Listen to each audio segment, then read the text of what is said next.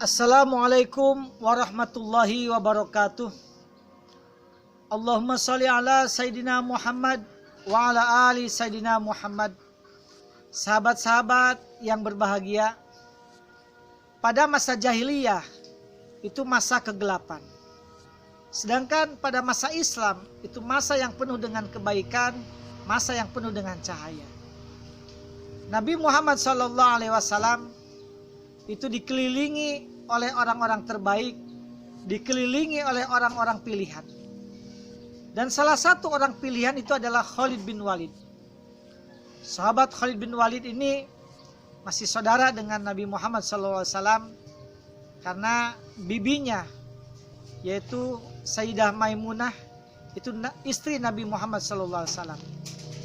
Ayahnya adalah Walid, seorang bangsawan pada suku Quraisy pada saat itu, dan ibunya adalah Lubabah.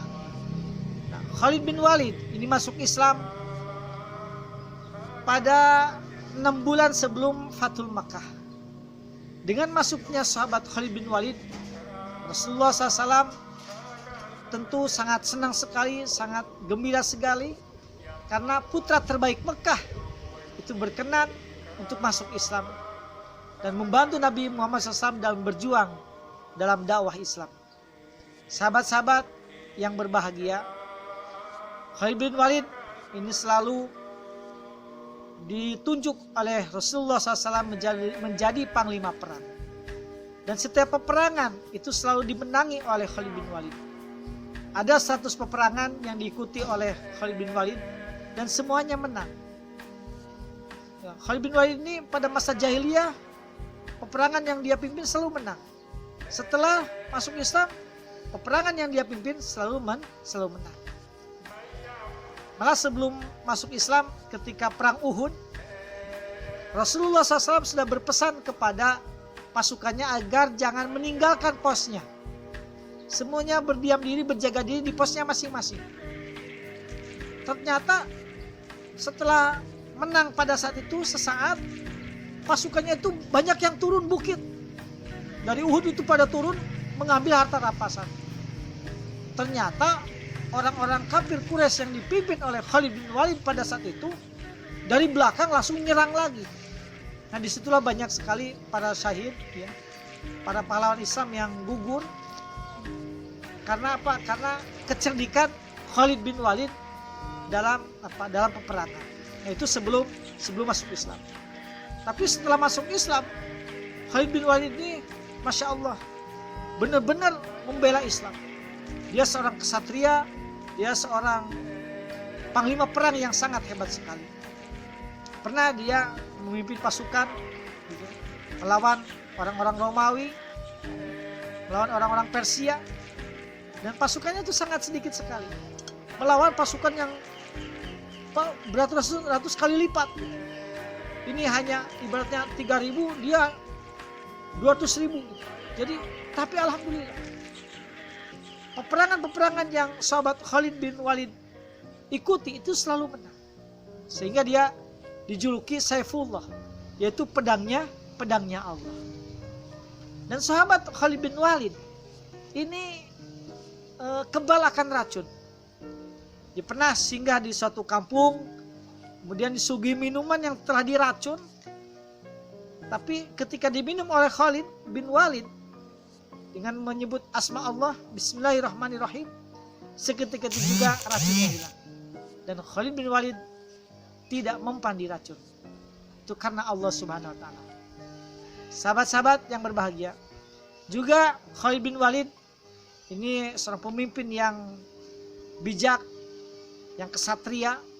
Pernah dalam sebuah pertempuran ketika pada masa Khalifah Umar bin Khattab, beliau mendapat surat dari Khalifah Umar bin Khattab agar turun dari jabatannya. Pada saat itu lagi memimpin pasukan, lagi di medan pertempuran. Dapat surat untuk turun dari jabatannya dan digantikan oleh Abu Ubaidah al-Jarrah. Tapi Khalid bin Walid pada saat itu dengan jiwa kesatria dia mau turun dari jabatannya dan menjadi anak buahnya Abu Ubaidah dan melanjutkan peperangan. Sehingga prajurit-prajurit pada saat itu merasa kagum salut terhadap jiwa kepemimpinan Khalid bin Walid. Kemudian setelah Khalid bin Walid kembali ke Madinah dan bertemu dengan sahabat Umar radhiyallahu an, oleh Umar diterangkan, wahai Khalid bin Walid, kenapa aku mencopot kamu dari jabatanmu? Karena aku khawatir akan tauhid umat. Ya, jadi dicopot itu bukan karena benci, bukan karena mendapatkan kesalahan pada diri Khalid bin Walid, tapi apa? Karena menjaga tauhid umat.